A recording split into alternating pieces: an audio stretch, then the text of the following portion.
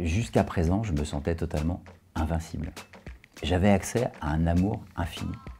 J'avais accès à une énergie infinie. J'étais indestructible. Et du jour au lendemain, le fait de divorcer, le fait de plus aimer, j'avais plus accès à ça. Je m'appelle Ludovic Baumgartner, j'ai 51 ans, deux enfants, ma fille Alix qui a 17 ans, mon fils Terence qui a 16 ans, des amis chers, proches, puisque la tribu c'est important pour moi. Et en ce qui concerne la vie professionnelle, j'ai commencé en tant que salarié, je suis monté jusqu'à des fonctions COMEX, et aujourd'hui je suis entrepreneur, investisseur, président d'un club d'affaires. Et ma déviation a commencé le jour où je suis parti au Népal pour traverser les Annapurna, suite à premier clash professionnel, deuxième par répercussion sur la vie plus privée.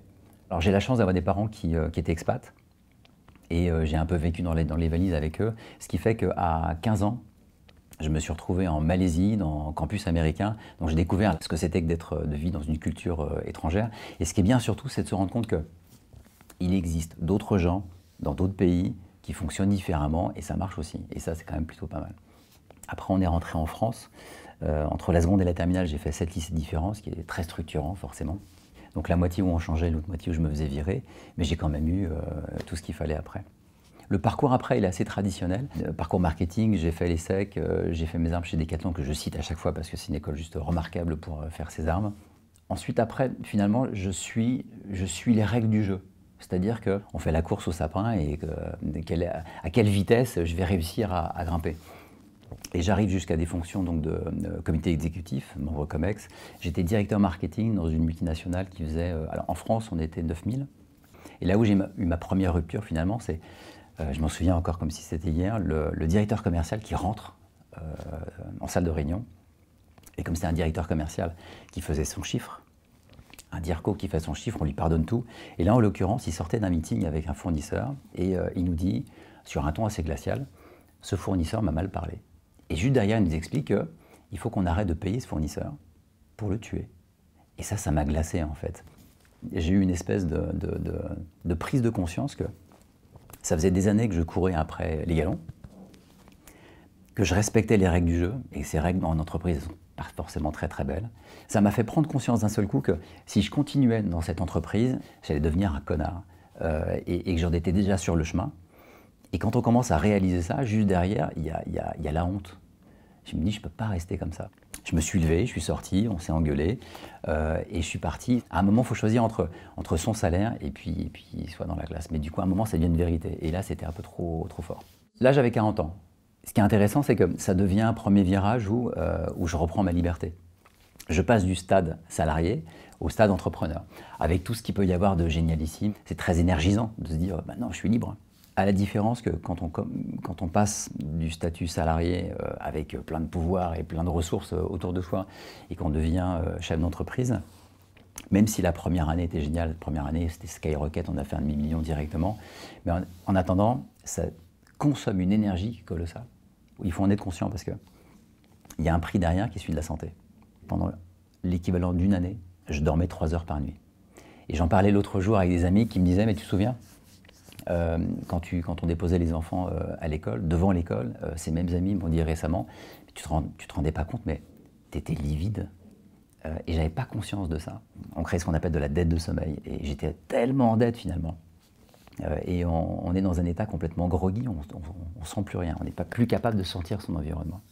Et c'est là où j'ai un deuxième clash. J'ai pris la voiture après une énième nuit blanche. J'emmenais ma fille à la Baule chez mes parents pour les vacances. Très bien. Et sur le retour, à force de ne pas écouter les signaux, le cerveau en fait, a simplement débranché. Donc j'ai fait un blackout et le corps s'est débranché. Sauf que j'étais au volant de ma voiture, j'étais sur l'autoroute et c'est le bruit de la tôle qui m'a réveillé. Et quand je me suis réveillé, finalement la route était plus droite, elle était comme ça. Il n'y a pas eu de casse, mais je me suis arrêté un peu plus loin sur une station-service.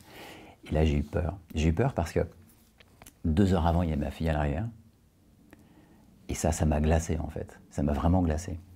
Et je me souviens m'être écroulé, d'avoir dormi quasiment une journée entière dans ma voiture, mais comme une merde sur le bord de route en fait. La conséquence de ça, c'est si on ne se reprend pas immédiatement, on continue, parce que c'est le côté un peu mec, je n'ai pas de problème, tout va très très bien. Et j'ai continué comme ça, avec des relations du coup de couple qui se sont dégradées. Et donc le deuxième vrai clash, celui qui m'a conduit donc après à partir, c'est que donc avec mon épouse on a divorcé. Et quand on se retrouve face à un divorce, c'est un vide. Jusqu'à présent, je me sentais totalement invincible. J'avais accès à un amour infini. J'avais accès à une énergie infinie. J'étais indestructible. Et du jour au lendemain, le fait de divorcer, le fait de plus aimer, j'avais plus accès à ça.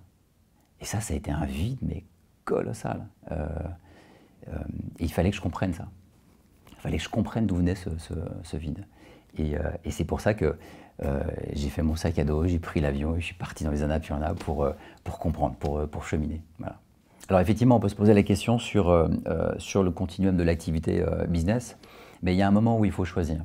Je ne me suis pas posé la question une seule seconde sur la continuité de l'entreprise.